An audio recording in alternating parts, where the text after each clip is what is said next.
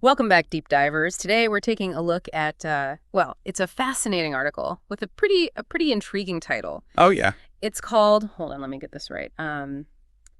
Ti año eokos bulupumen paifumen dichasing inyolihia.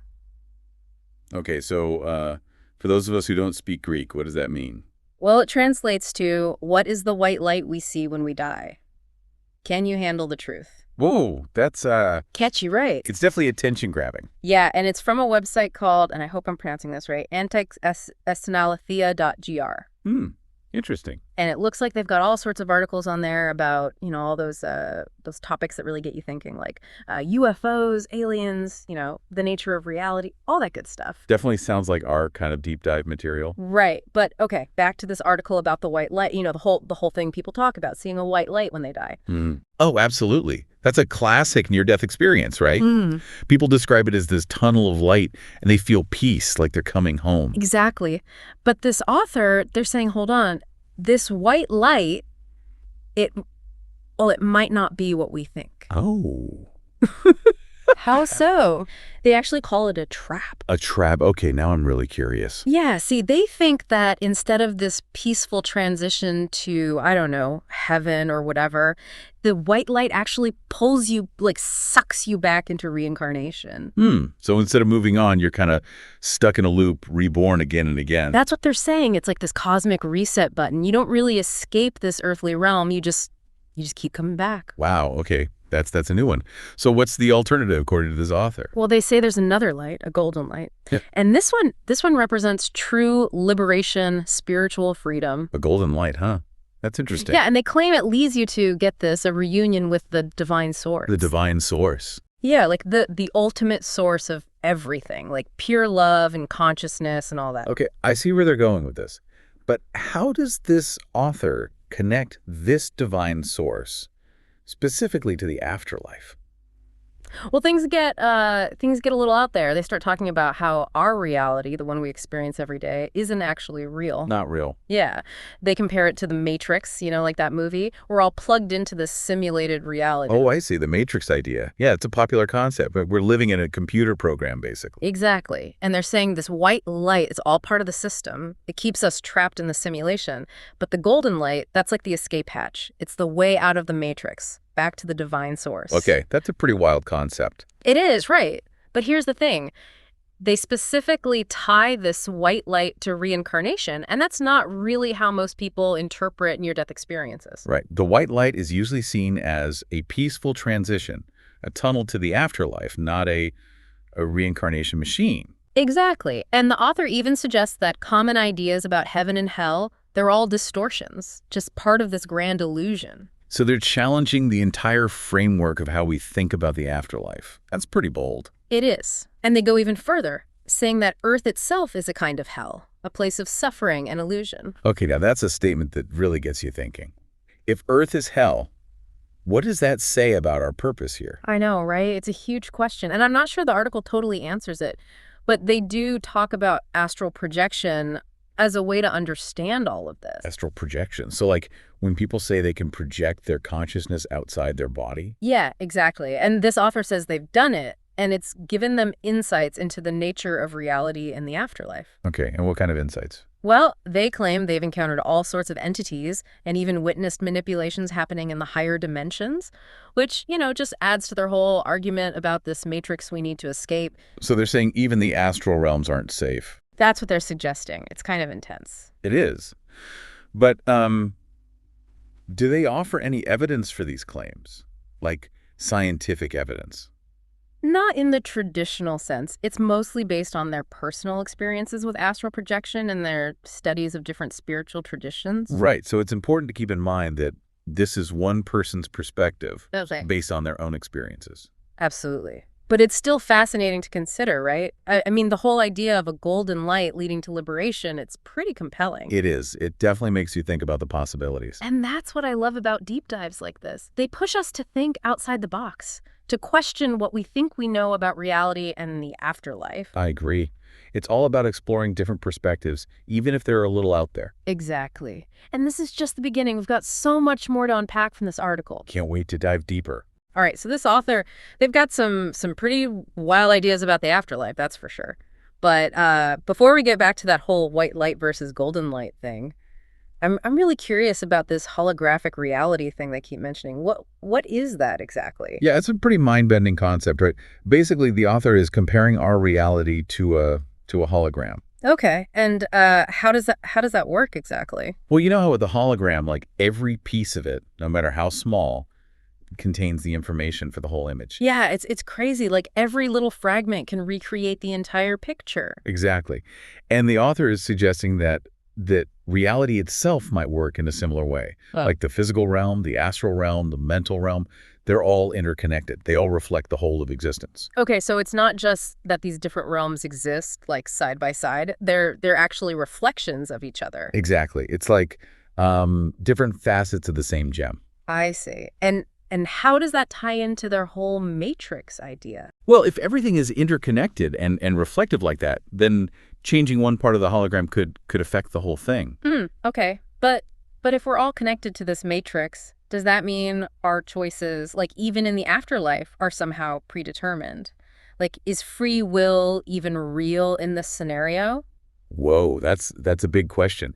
You know, philosophers have been debating that for centuries. It really gets to the heart of what it means to be human. Right. Like if there are these invisible hands manipulating things, are we really in control of our own destinies? The author definitely suggests that there are forces at play that try to keep us trapped, stuck in the cycle of reincarnation. Yeah. But they also emphasize the power of awareness.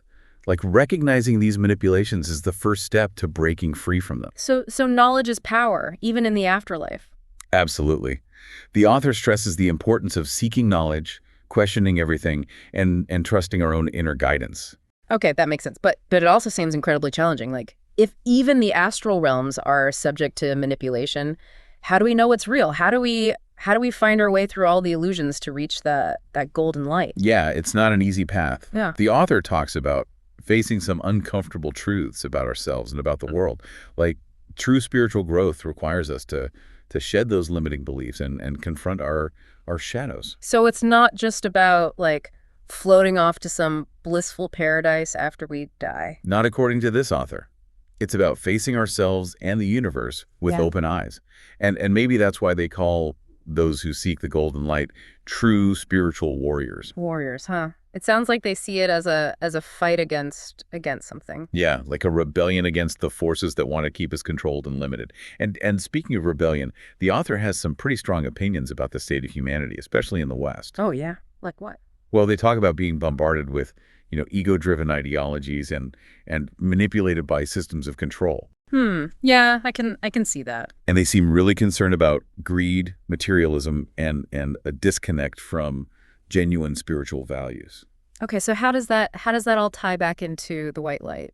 Well, they suggest that the white light is a way to keep us complacent, to lull us back into the matrix without questioning anything. So it's comfortable, it's familiar, but it's ultimately keeping us from true freedom. That's what the author seems to be saying. Like, our desire for comfort might actually be what's holding us back. Wow, that's deep. So it's not just about the afterlife. It's about how we're living right now, right here on Earth. Exactly. It's about recognizing those patterns of control and making conscious choices to break free from them. Okay, before we get too deep into all that, I wanted to circle back to something you mentioned earlier. The authors claim that aliens, as we typically imagine them, don't actually exist. Oh, right. Yeah, that was a pretty wild one. So remind me, what did they propose as an alternative? Interdimensional entities.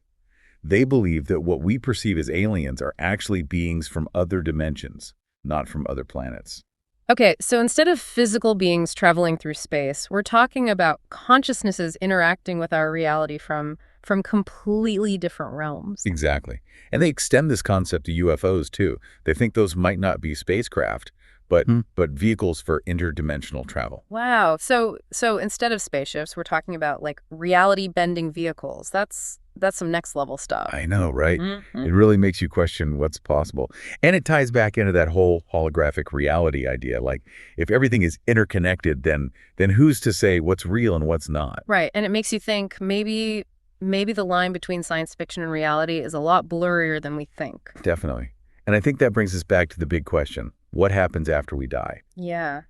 If our understanding of reality itself is limited, then how can we be sure of anything when it comes to the afterlife? Exactly. But the author seems to be saying that the answers, they don't come from external doctrines or beliefs. They come from within us. From developing our intuition, our discernment, our connection to that divine source. Exactly. It's about trusting our own inner compass, even if it leads us down a path that challenges everything we thought we knew. That's a powerful message. And it's one that resonates with me even if I'm still trying to wrap my head around all the implications. Me too. It's a lot to process, but it's definitely sparked a lot of curiosity and introspection. Well, I'm glad we're taking this deep dive together, exploring all these unconventional ideas. Me too. It's amazing what you can find when you start digging into these thought-provoking articles. Absolutely. And we're not done yet. We still need to unpack the author's specific claims about the white light and the golden light and really dive into their concept of the divine source. Yeah, there's still so much more to explore. I'm really curious to see where this all leads. All right, so we've covered some pretty wild stuff in this deep dive, huh? White light, golden light, the matrix, interdimensional beings. It's a lot. It is, yeah. A lot to think about. Definitely. And I think it's time we circle back to the core of this whole article. You know, the authors claim that the white light, the one so many people associate with peace and moving on to the afterlife, that it might actually be, well, a trap. Right. That's the big question here, isn't it? It is. And I'm still trying to grasp what makes them view this white light so negatively. Well, they seem to see it as a kind of cosmic reset button, you know? Yeah. Like, it doesn't actually lead you to a higher plane or anything. It just pulls you back into reincarnation, back into this earthly realm. So instead of moving on, you're essentially hitting play again on the game of life. That's their take on it. They believe it's all part of the matrix, this system designed to keep us trapped in this illusion. And they're contrasting that with the golden light, right? Which they say is the true path to freedom, to reuniting with the divine source. But how do we know which light to choose? That's the thing, isn't it? The author suggests it comes down to awareness, to how willing we are to face the truth about ourselves, about reality. They seem to believe that anyone who's truly seeking growth, seeking liberation, they'll just know. They'll recognize the golden light. So it's not about like following some rule book or some doctrine. No, it's about inner wisdom. It's about trusting your intuition, questioning everything, seeking knowledge from all sorts of sources. It sounds like a pretty tough path, to be honest. It does, yeah. But the author, they don't condemn those who might be drawn to the white light, you know, like maybe out of fear of the unknown or just wanting to return to something familiar. So it's not a right or wrong kind of thing. More like different choices with different consequences. At least that's how they present it. Okay, yeah, I can see that. And I like that it's not, a judgmental view of the afterlife. It's more like you said, a map showing different paths and where they might lead. Exactly. Now, one thing that really stood out to me was the authors talk about these invisible hands manipulating humanity, not just in this life, but in the afterlife too. It's a bit creepy, honestly. Yeah, it's definitely a bit unsettling. And they don't really identify who these entities are, but they describe them as powerful beings who feed off our energy, our fear. They want to keep us in the dark, spiritually speaking. So it's like a cosmic conspiracy to keep us down. That's one way to look at it. But they also emphasize that we have the power to break free, to fight back. By choosing the golden light? Yes, but also by becoming aware of these manipulations, by learning, by sharpening our spiritual awareness. It's like a battle for our souls, in a way. It is, yeah, but the author doesn't leave us completely without hope, right? No, not at all. They believe we have the strength, the potential to overcome these challenges and reach true liberation. By connecting with the divine source, but what is the divine source exactly? They don't really give us a clear picture of it. True. They use the term to represent that ultimate source of creation, a force of pure love, pure consciousness. It's beyond our limited understanding of reality. So it's like the ultimate goal, the final destination for anyone seeking enlightenment. I think you could say that, yeah. It represents a return to unity, to the source of all being. And this divine source is somehow connected to the rift created by Christ, as they put it. Right, and that's where things get even more interesting. They seem to be blending ideas from different traditions, Christian symbolism, esoteric concepts. It's a unique blend. It is, and it makes you wonder if they're implying that access to this divine source is somehow tied to Christ, to Christianity. It's a good question. And the article doesn't really answer it directly. Maybe they're using the rift as a metaphor for a spiritual awakening, for breaking free from our ego. Okay, so it's not about specific religious beliefs. More about transcending those limited perspectives, connecting to a higher consciousness, whatever that might mean for each individual. I like that. So this deep dive, it's been quite a journey, hasn't it? White light, golden light, the matrix, interdimensional beings. It's a lot to digest. It is, yeah. But the takeaway for me is that the author, they're not trying to tell us what to believe. They're encouraging us to question, to explore, to trust our own intuition. And if anyone listening is feeling a bit overwhelmed by all these concepts, that's okay. The important thing is to stay curious, keep an open mind, and trust that inner voice. Couldn't agree more. The journey of discovery, it's a personal one. Well said.